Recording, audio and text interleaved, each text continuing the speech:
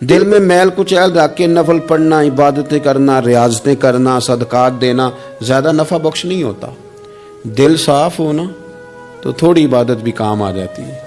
یہ حدیث بتاتی ہے کہ دل صاف ہو تو تھوڑے صدقے بھی زیادہ نفع کر جاتے ہیں۔ کچھ چیزوں سے دل سخت ہوتا ہے۔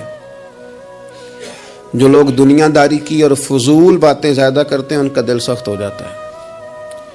جو ہنستے زیادہ ہیں ان کا بڑا سخت ہو جاتا ہے۔ اور صوفیاء کہتے ہیں جو کسی پہ ہنستے ہیں نا ان کا تو مردہ ہی ہو جاتا ہے، تو معاملہ ہی ختم ہو گیا۔ اور جو لوگ رزق حرام کی طرف بڑھتے ہیں ان کا دل بھی مردہ ہو جاتا ہے۔ اور اقبال کہتے ہیں جو مشینی زندگی گزارنے لگتے ہیں نا روحانی زندگی سے نکل جاتے ہیں۔ ہم آج کل مشینی زندگی پہ آ گئے۔ ہمارے پاس انٹرنیٹ ہے، موبائل ہے، آواز کے فاصلے اتنے کم ہوئے ہیں کہ دلوں کے فاصلے بڑھ گئے ہیں۔ اقبال کہنے لگے دل کے لیے موت ہے، دل کے لیے موت ہے، دل کے لیے موت ہے یہ مشینوں کی حکومت۔ احساس مروت کو کچل دیتے ہیں یہ آلات، آلات پہ زندہ ہیں ہم۔ دل کے لیے موت، اور کسی کے گھر جانا، دروازے پہ دستک دینا، اور کبھی خط لکھنا تو سوچ سوچ کے، کبھی کاٹنا تو پھر لکھنا۔ لفظ یہ اس کے شایان شان نے یہ جملہ میں نے بدل دیا ہے، لیکن اب بے باکانہ گفتگو ہے۔ تو مجھے وائس کر دے، میں تجھے وائس کر دوں گا، حال ہی کوئی نہیں۔ تو کیا کوئی سوچے گا، کیا کوئی لکھے گا، کیا کوئی اس میں خوبصورتی کے رنگ بھرے گا؟ سخت ہو جاتے ہیں دل جب آپ مشینوں کی زندگی میں زندہ رہتے ہیں۔ دل نرم کیسے ہوتے ہیں؟ میرے نبی پاک نے فرمایا یتیم کے سر پہ ہاتھ پھیر، رب تیرا دل نرم کرے گا۔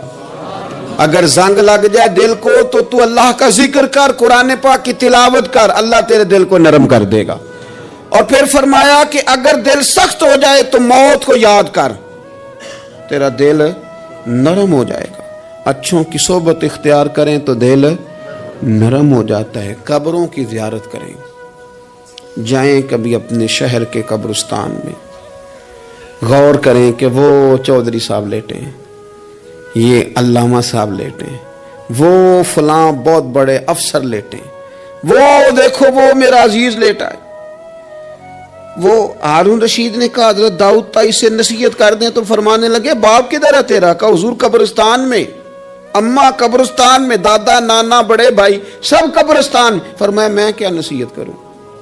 او پئیاں دس دیاں نہیں قبراں جنہاں تے پھول پے، تے ادھروں کوئی بھی نہیں آمدا، تے ادھروں لکھاں گئے، تے سہ جوڑ سنگت دے ڈٹھے، سہ جوڑ 100 سال کی دوستیاں، سہ سال سنگت دے ڈٹھے، او تکو آخر وتھاں پئیاں، او جنہاں بعد جسی پل نہیں سنجیندے، ایک پل نہیں سنجیندے، پھر وہ شکلاں بھی یاد نہ رہیاں۔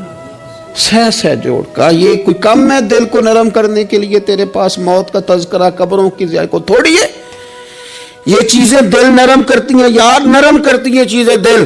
پتہ ہے سب سے بڑی بیماری کیا ہے بندے کی؟ خوفناک علامت کیا ہے دل کے بیمار ہونے کی؟ کہ کوئی بندہ بیماری میں ہے اور ادھر ایک بندہ اس کو دیکھ کے خوش ہو رہا ہے،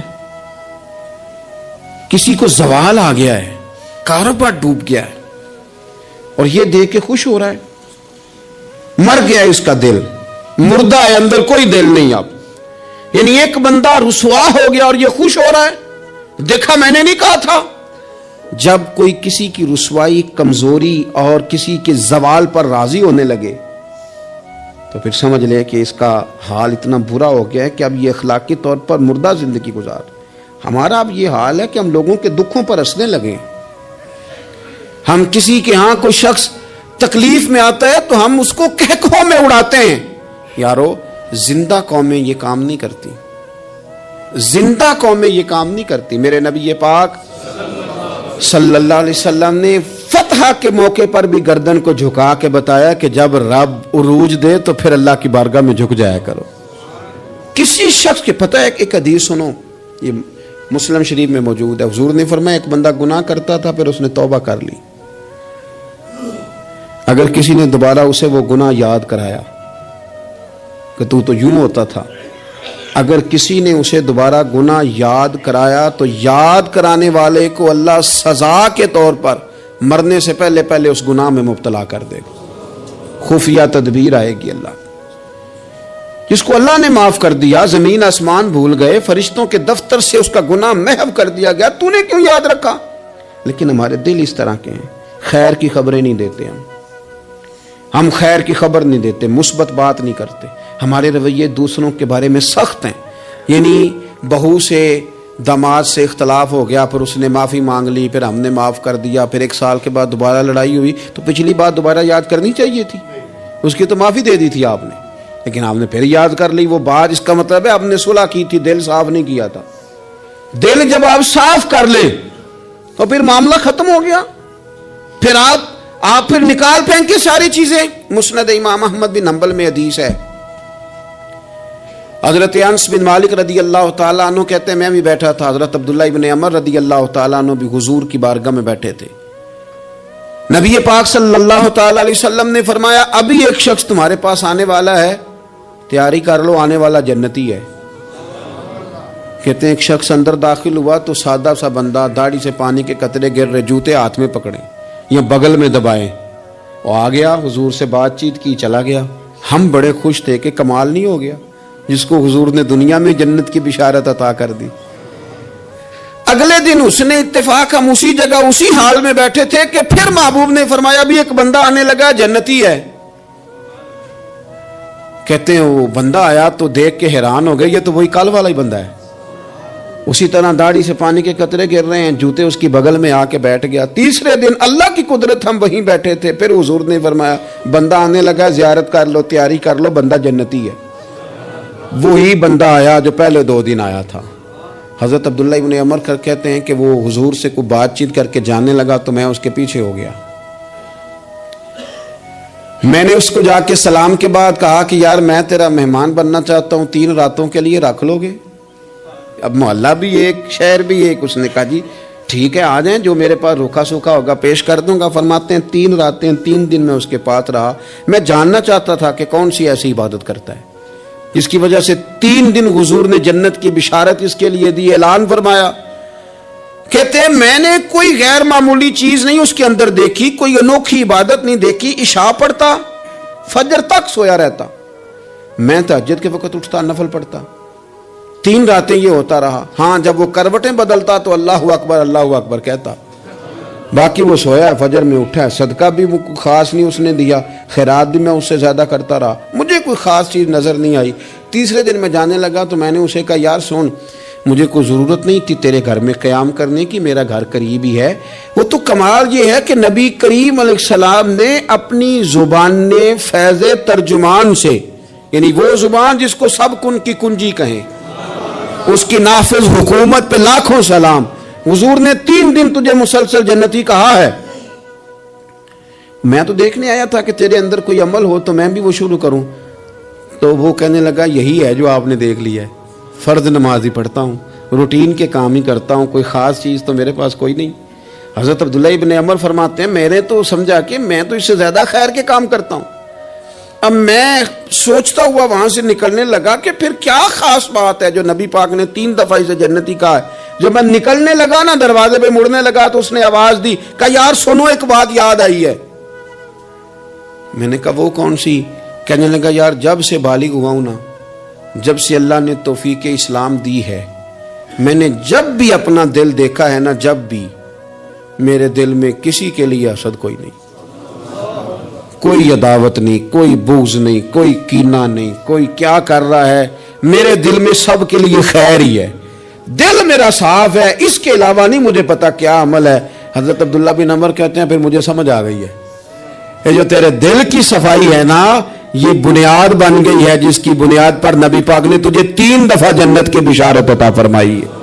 تو امام غزالی رحمۃ اللہ علیہ فرمانے لگے کہ اگر آئینے پہ گرد پڑ جائے تو اس میں عکس صحیح نظر نہیں آتے، آئینے صاف کر لیے جائیں تو پھر اس پہ عکس نظر آتے ہیں. ہمارے آئینے نا تھوڑے سے گرد والے ہو گئے ہیں، دل تھوڑے سے نا میلے کچیلے ہو گئے ہیں، تو کوئی بھی عکس اس پہ سختی طبیعتوں کی، مزاجوں کی سختی، دوسروں کے بارے میں ڈاٹے جذبات ہمارے، ہمارے رویے ٹاٹے، ہماری طبیعتیں سخت. حضرت عبداللہ ابن مسعود رضی اللہ تعالیٰ عنہ نے ایک شخص کو جنازے کے موقع پہ ہنستا ہوا دیکھ لیا، فرمایا آج کے بعد تیرے ساتھ کلام نہیں کروں گا. جس کا جنازہ دیکھ کے بھی دل نرم نہیں ہوا اور قبرستان دیکھ کے بھی دل نرم نہیں ہوا، وہ تو سخت دل بندہ ہے. سخت دل بندے سے دوستی کبھی نہیں رکھوں گا، میں تو درد دل والوں سے پیار کروں گا. تیرے ساتھ میں کلام نہیں کرتا. تو کس طرح کا شخص ہے بھائی جسے یہاں آ کے بھی ہنسی آ رہی ہے، مذاق سوچ رہا ہے؟ تو دل کی نرمی میرے نبی پاک صلی اللہ علیہ وسلم نے نا دل پر، ہم نے نا کپڑوں پر بڑی محنت کی، ہم نے چہروں پر بڑی محنت کی، ہم نے اپنے ظاہر کو سنوارنے پر بڑی، ہم نے اپنے حق میں بڑے بڑے لفظ یاد کیے، بڑی کہانیاں یاد کی، پر دل کے لیے محنت، اس پر محنت ہی نہیں کی. اعلیٰ حضرت فاضل بریلوی کتنے بڑے عالم ہیں، 1000 کتاب کے مصنف، اور ان کے فتاوی موجود ہیں کہ جس بندے کا تلفظ ٹھیک نہ ہو، یعنی جو ضروری قواعد ہیں وہ قرآن پاک کے جس کو نہ آتے ہوں اس کے پیچھے نماز نہیں. جو ہا اور ہا میں فرق نہیں کر سکتا، حمزہ اور عین میں فرق نہیں کر سکتا، وہ الفاظ کا معنی بگاڑ دے گا. لیکن اعلیٰ حضرت چونکہ صوفی ہیں، درویش ہیں، علم کے ساتھ تو ایک اور رنگ بھی بیان کرتے ہیں. وہ کہتے ہیں یہ نہ ہو کہ صرف تو حروف کے ہیر پھیر میں لگا رہے، صغرے کبرے ٹھیک کرتا رہے، دارابا یادرب کے چکر میں پڑا رہے اور دل پر تو توجہ ہی نہ دے.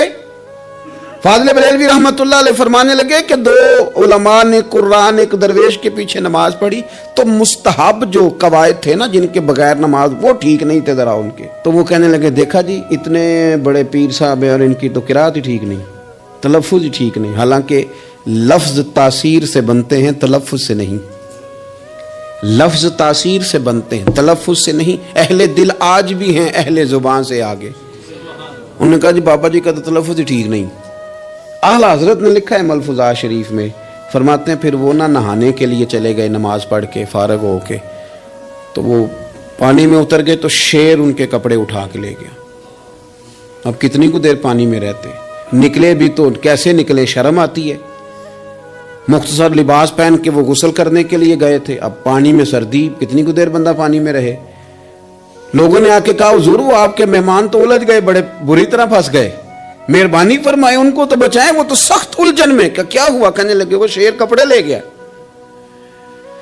اور وہ پانی میں ہے، کچھ تو ہونا چاہیے. تو وہ بزرگ گئے، جا کے نہ دور کھڑے ہو کے شیر کو آواز دی. شیر کو، حضور کے صحابی تھے نا حضرت سفینہ، قافلے سے رستہ بھول گئے، ایک سائیڈ پہ ہو گئے تو سامنے شیر آ گیا. میں نے کہا ہے لیکن جب آ جائے تو